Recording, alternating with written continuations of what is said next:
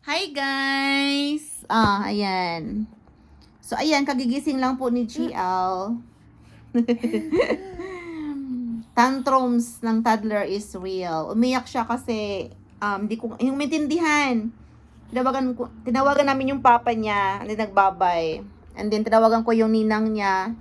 And then, saglit lang din kasi nasa work pa yung ninang niya. Well, umiyak siya ng umiyak. Tapos, panay ganon-ganon. Yung ulo niya, gusto niyang baliin. Tagalog yun. So, ayun. Liad-liad siya, liad-liad. Ang ginawa ko, nilagay ko sa carpet, pinahiga ko. Kaysa bumagsak yung ulo niya sa carpet, di ba? Sa kakao, ganun. Kasi nagka-tantrums. Di ba?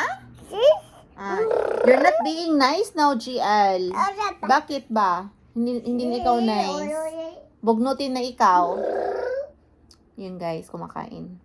Late lunch niya to. O, si Babay na. Bye!